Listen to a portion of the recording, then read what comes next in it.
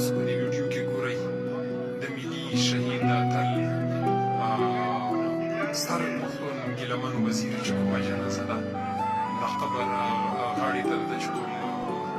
جسد یې هغه یې راوړ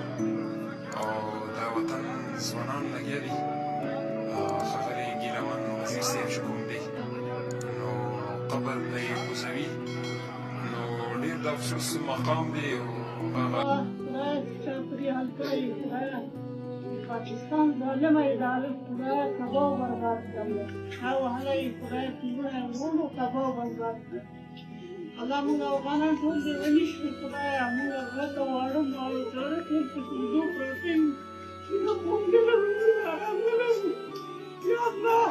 پاک پروردګار دې ظالمانو ته سزا ورکړي چې نه په لار کې نه په بر کې موږ ته